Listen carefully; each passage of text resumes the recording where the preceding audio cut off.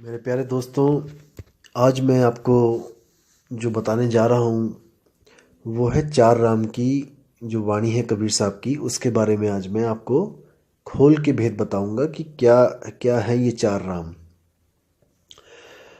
और उससे पहले मैं आपको बता दूं कि मुझे काफ़ी ईमेल्स आ रही हैं जो सुन से कैसे ये दुनिया प्रकट होती है और सुन कैसे प्रकट होता है, ये कौन सी भूल है जिससे ये सुन्न बन गया। ये सब मैं आपको ज़रूर बताऊंगा दोस्तों, हर एक चीज़ क्लियर करूंगा।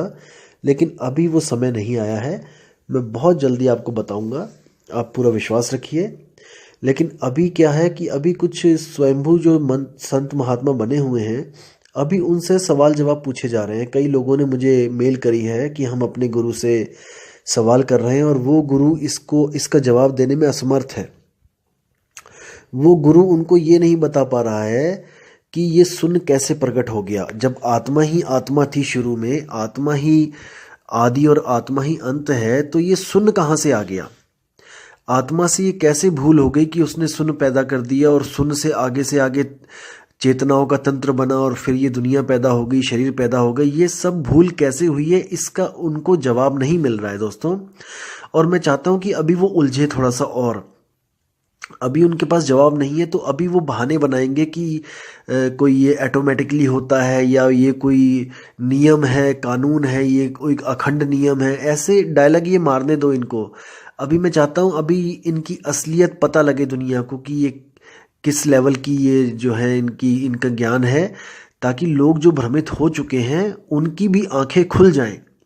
जो इनके पीछे लग गए हैं गलती से, जो भूल से इनके पीछे लग गए हैं, उनकी भी आंखें खुले, इनसे सवाल जवाब हो। मैं अभी ये चाहता हूं, इसलिए अभी मैं इसका उत्तर नहीं दूंगा आपको, लेकिन आप यकीन रखना कि बहुत जल्दी इसका मैं उत्तर दूंगा आपको। तो आज जो कॉन्सेप्ट है वो है हमारा चार राम का।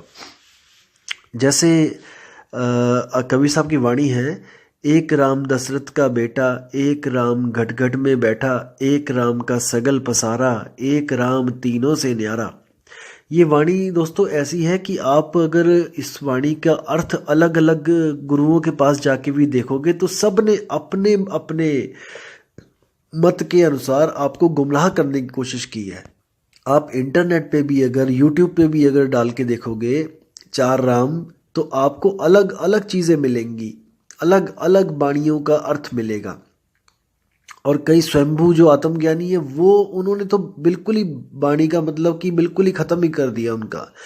इतना मनमुखी, इतना मनगढ़ंत जो अर्थ किया है कि लहरा बदना पंजाबी में कहते हैं कि भगवान ही रखवाला है उनका। तो कि वो क्या कर रहे हैं समाज के साथ, भक्तों के साथ क्या कर रहे हैं। तो आज मैं आपको हर चीज़ क्लियर करूंगा कि आखिर ये चार राम की कहानी है क्या।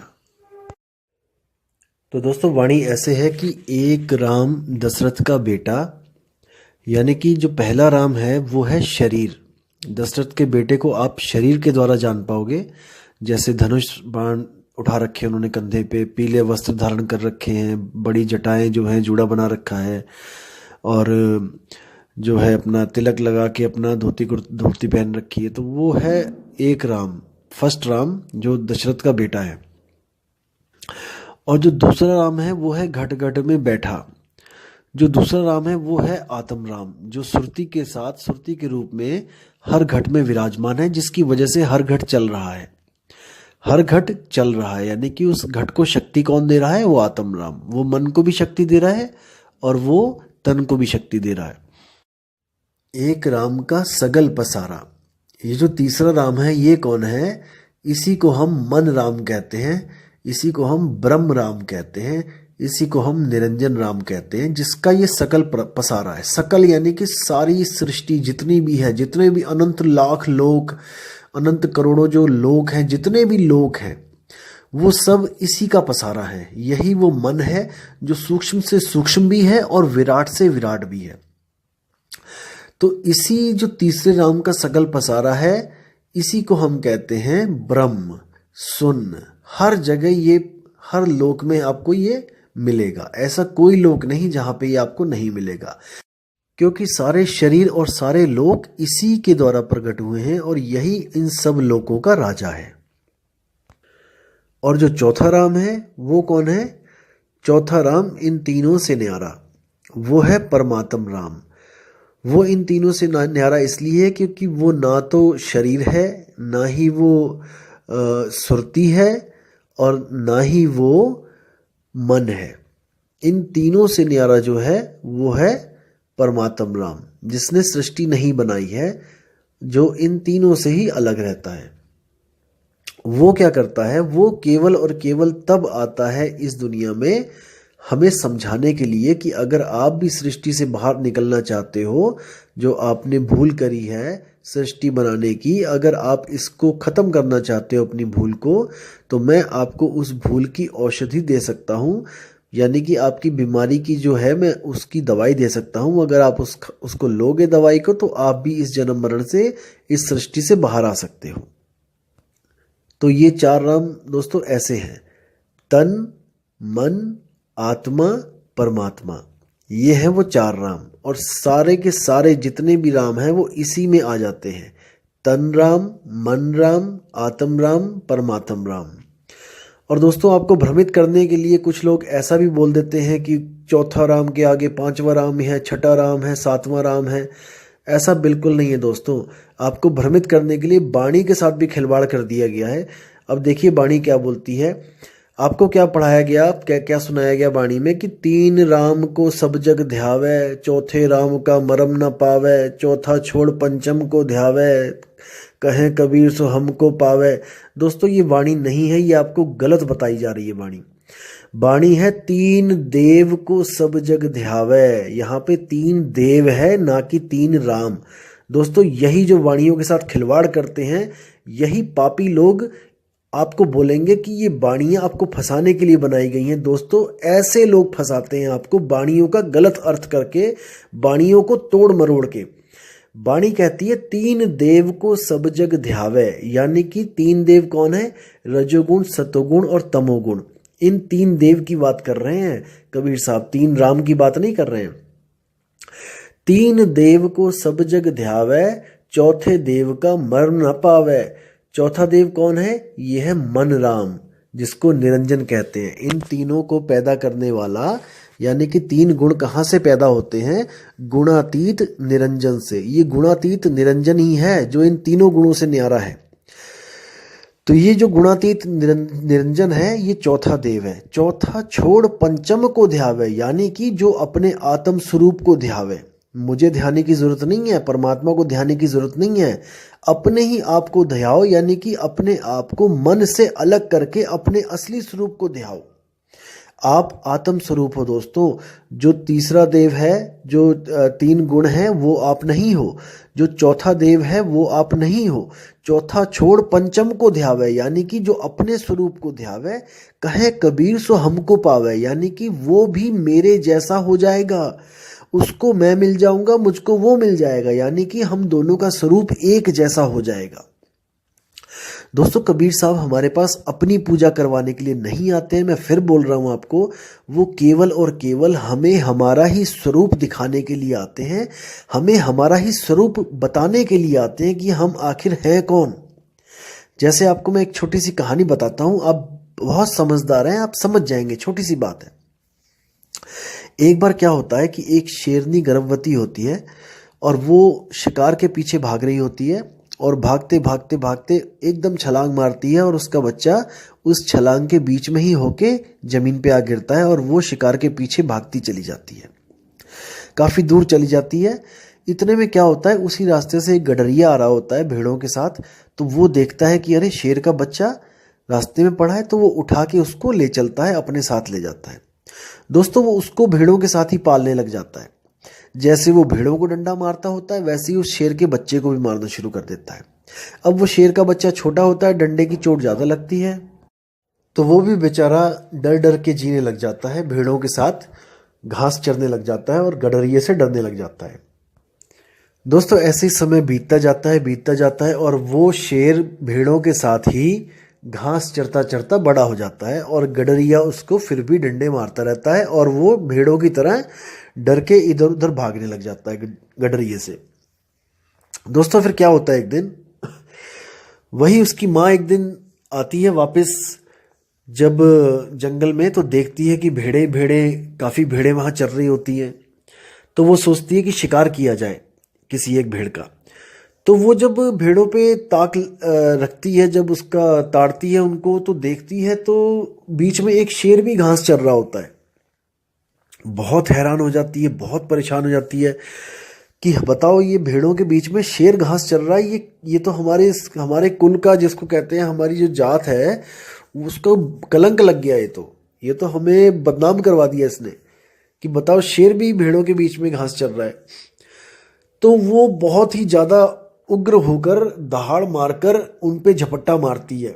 सब भेड़ें तितर बितर हो जाती हैं, गडरिया भाग जाता है और वो भेड़ों को ना पकड़ के उस शेर को दबोचती है और शेर को दबोच के कहती है कि तू इन भेड़ों के साथ क्या कर रहा है। तो वो भी जब देखता है शेर को तो वो डर जाता है, कहता है महाराज मैं तो शेर जी मैं तो भेड़ हूँ, मुझे बख्श दो, मुझे छोड़ दो। तो वो कहती है तू भेड़ नहीं है, तू शेर है। तो वो कहता है नहीं नहीं मैं भेड़ हूँ, मैं तो घास खाने वाला भेड़ हूँ। वो कहती है तू ऐसे नहीं मानेगा। तो वो उसको लेके जाती है नदी के किनारे। तो उसमें वो कहती है उसको अपनी शक्ल देख, इस पानी में अपनी शक्ल देख। तो जैसे आपको पता है कि बिल्ली हो गई, शेर हो गए, ये सब पानी पीते हुए हमेशा आंखें बंद कर लेते हैं, इसलिए इनको कभी भी अपने स्वरूप का ज्ञान नहीं हो पाता है। तो शेर जैसे ही देखता है पानी में तो उसको शेर का चेहरा दिखाई देता है। तो वो कहता है कि शेर जी ये तो आप हो, आपका चेहरा दिखाई दे रहा है इसमें, क्योंकि उसने अपना चेहरा तो देखा नहीं होता कभी। तो वो कहती है ये तेरा चेहरा है। वो कहता नहीं नहीं ये आपके जैसा लग रहा है, आप बिल्कुल आपके जैसा है, ये आप हो। वो कहती है अच्छा। तो वो भी आ जाती है पानी के सामने और दोनों चेहरे दिखाई देते हैं जब उसको। तो वो बड़ा हैरान परेशान हो जाता है। वो कहता है अरे ये तो आप मेरे जैसे और मैं आपके जैसा दिखाई दे रहा हूँ बिल्कुल, यानी कि मैं भेड़ नहीं हूँ, मैं शेर हूँ। वो कहती है मैं यही तो तुझे समझा रही हूँ इतनी देर से कि तू भेड़ नहीं है, तू शेर है और तू घास खा रहा है, शर्म कर। तो वो कहता है और वो गडरिया, तो कहती है वो देखा नहीं मैंने दहाड़ मारी तो कैसे भाग गया। तो कहता है कि वो गडरिया जो रोज मुझे मारता है, कि वो मुझसे डर सकता है क्या, मैं उसको डरा सकता हूँ क्या। वो कहती तू बिल्कुल डरा सकता है, लेकिन तुझे अपना मूल शब्द याद करना पड़ेगा, मैं तुझे वो मूल शब्द देती हूँ। तो वो उसको दहाड़ना सिखाती है, क्योंकि वो मिमियाता होता था आज तक दहाड़ना, तो वो किसी ने सिखाया ही नहीं उसको दहाड़ना। तो जब वो उसको दहाड़ना सिखाती है तब वो भी दहाड़ने लग जाता है। और जब वो दहाड़ता है तो उसको एक अलग अनुभूति होती है कि मैं असल में एक शेर हूं। तब वो क्या कहता है, अच्छा अब मैं जाता हूं और मैं अब गडरिये को देखता हूं कहां पे है वो जिसने मुझे आज तक गुलाम बना के रखा। तो जैसे ही वो जाता है शेर अकेला वहां पे, तो गडरिया देखता है, वो पहचान जाता है, कहता है ये तो अपना वाला ही शेर है। तो वो कहता है चलो शुक्र है दूसरा वाला शेर नहीं आया, ये तो हमारे वाला ही है, ये तो डंडे खा खा के ये तो भेड़ बना रखा है मैंने। तो जैसे ही वो जाता है वहां पर, तो गडरिया फिर डंडा लेके आके उसको काबू में करने के लिए आता है। जैसे ही तो वो एक दहाड़ मारता है, तो गडरिया दहाड़ सुनते ही फिर से दोबारा भागने लग जाता है और क्या बोलता है कि अरे बाप रे, इसने अपने स्वरूप को प्राप्त कर लिया है, ये जान चुका है कि ये शेर है, अब मेरी दाल इसके आगे नहीं गलेगी, अब इस पे मेरा जोर नहीं चलेगा, क्योंकि इसने अपने खोए हुए स्वरूप को प्राप्त कर लिया है। दोस्तों बिल्कुल यही वो कहानी है जो हमारे साथ बीती जा रही है। हम असल में शेर हैं, लेकिन हम भेड़ों के साथ रहते हैं और हम इंद्री रूपी भेड़ों के साथ रह रहे हैं और घास रूपी हम जो है विषय खा रहे हैं, विषयों को हम भोग रहे हैं घास रूपी। असल में हमारा जो आहार है वो हमारा कुछ और है, हमारा स्वरूप है वो हमारा कुछ और है, हमारी जो जात है वो हमारी कुछ और है। हम इन नकली जात पात में, इन नकली इंद्रियों के सुखों में हम भटक रहे हैं। असल में हमारा स्वरूप शब्द स्वरूपी है, यानी कि हम आत्म स्वरूपी हैं, लेकिन हम गलती से अपने आप को मन समझ रहे हैं। वो गडरिया ही मन है जो आत्मा रूपी इस शेर को, जिसने भेड़ बना के रखा हुआ है। जब हम अपने स्वरूप को प्राप्त कर लेते हैं तो ये गडरिया हमसे आगे आगे भागा फिरता है, हमें सलाम ठोकता है। जैसे कबीर साहब ने कहा है कि जब कोई भी जीव को सतनाम मिल जाएगा तो काल माथा नवाएगा। जही विधि सार शब्द गहे हाथा, तही विधि काल नवावे माथा। यानी कि ये मन आपको तब तक डरा सकता है जब तक आपको अपना निज स्वरूप प्राप्त नहीं हो गया। जिस दिन आपको अपना निज स्वरूप प्राप्त हो गया, ये मन आपसे डरता फिरेगा, आपसे आपके आगे आगे भागा फिरेगा, आपके आगे ये सिर नहीं उठा पाएगा। और अंत समय में आप इसको ऐसे छोड़ के चले जाओगे जैसे केचुली को सांप छोड़ के चला जाता है। यानी वो यहीं पे मृत हो जाएगा, मर जाएगा, खत्म हो जाएगा। उसकी कहानी यहीं पे खत्म हो जाएगी। जैसे इसको शुरू किया था वैसे ही इसको मार दिया जाएगा। और याद रखना दोस्तों, जो कई बारी सवाल जो आ रहा है कि चेतना और जो एनर्जी है उसमें क्या फ़र्क है, जैसे मशीनों में एनर्जी होती है, तो गलती से आप लोग इसको चेतना समझ रहे हो। दोस्तों, चेतना अलग चीज़ होती है और एनर्जी अलग चीज़ होती है। इलेक्ट्रॉन प्रोटॉन की जो एनर्जी है वो अलग चीज़ है। वो मैकेनिकल और केमिकल एनर्जी है, वो अलग है। इलेक्ट्रॉनिक एनर्जी वो अलग है। जो हमारी चेतना है वो अलग है। जो इलेक्ट्रॉनिक और मैकेनिकल एनर्जी है ये जीवित नहीं है, और जो हमारी चेतना है वो जीवित है। इलेक्ट्रॉनिकल एनर्जी आप कितनी भी यूज़ कर लो, आप इस मुर्दा शरीर को चला नहीं सकते। इतना समझो, मुर्दा शरीर में भी इलेक्ट्रॉन और प्रोटॉन है, क्योंकि ये कण कण से बना है और हर कण में इलेक्ट्रॉन, प्रोटॉन, न्यूट्रॉन शामिल है। लेकिन ये मुर्दे को उठा नहीं सकते, एनर्जी भरपूर होती हुई भी। इस मुर्दे को उठाने के लिए चेतना की जरूरत पड़ती है। आप चेतना और एनर्जी को मिस इंटरप्रिएट कर रहे हैं। दोस्तों, इलेक्ट्रॉनिक की जो एनर्जी है वो चेतन नहीं है, वो चेतन नहीं है। जैसे आपने मान के चलो कि गली में 4 कुत्ते हैं और आपने एक रोबोट छोड़ दिया वहाँ पे कुत्तों के बीच में, तो कुत्ते उसको जितना मर्जी काटेंगे, उसको कोई दुख नहीं होगा, दर्द नहीं होगा, और वो दोबारा अगर आप उसी गली में उस रोबोट को छोड़ोगे तो वो फिर चला जाएगा उन्हीं कुत्तों के बीच में। जबकि एक इंसान की जो चेतना होती है वो रोबोट की चेतना से बिल्कुल अलग होती है, चाहे कितने भी सेंसर क्यों ना लगे हो रोबोट में। इंसान का क्या है, इंसान में जो चेतना होती है, जो आत्मा की वजह से है, वो उसको, अगर उसको पता लग जाए कि इस गली में 4 कुत्ते हैं, जाके जैसे एक बार कुत्तों ने काट लिया उसको, तो दूसरी बार उसकी हिम्मत नहीं पड़ेगी वहां जाने की। ये होती है चेतना, यानी कि चेत जाना। एक मशीन नहीं चेत सकती है, ये इंसान चेतता है। इंसान की जो चेतना होती है वो इससे खबरदार करती है, और जिस गली में उसके साथ ऐसा हो गया होता, अगली बार वहां जाने की हिम्मत भी नहीं करती है। और कई लोग कहते हैं कि अगर ऐसी मुक्ति मिली हमें कि हमने शब्द को प्राप्त कर लिया, तो क्या गारंटी है कि दोबारा नहीं आएंगे। दोस्तों, यही गारंटी है, क्योंकि वो चेतना कोई इलेक्ट्रॉनिक चेतना नहीं है, वो जीवित चेतना है। वो कभी भी किसी चीज को भूलती नहीं है। बस क्या है कि जैसे ही उसको पता लगेगा कि मैं अब यहाँ से मुक्त हो गई हूँ और मैं अब जन्म मरण से मुक्त हो चुकी हूँ, दोबारा कभी वो गलती करने की हिम्मत भी नहीं करेगी।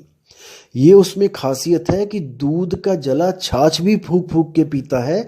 इसी तरह वो चेतना को भी हमेशा चेतन रहेगी कि मुझसे एक बार गलती हुई थी, मैंने अब दोबारा ये गलती कभी नहीं करनी है। एक बार तो बड़ी मुश्किल से जान छूटी है मेरी। दोस्तों, वो गलती से भी कभी दोबारा इस ब्रह्म को पैदा करने की गलती नहीं करेगी। ये लिख के ले लो, गारंटेड है। क्या कुछ नहीं कर रहे हैं हम मुक्ति के लिए, और अगर हमें मुक्ति मिल जाए तो हम दोबारा क्या इस जेल में आएंगे। एक तोता आपने देखा होगा, बहुत चूरी खाता है, पिंजड़े में बैठ के सब कुछ खाता है जो आप देते हो, लेकिन अगर एक बार उड़ जाए दोस्तों, दोबारा कभी उस पिंजड़े में नहीं आता। आप कितनी भी चूरी डाल डाल के रख लेना वहां पे, याद रखना इस बात को।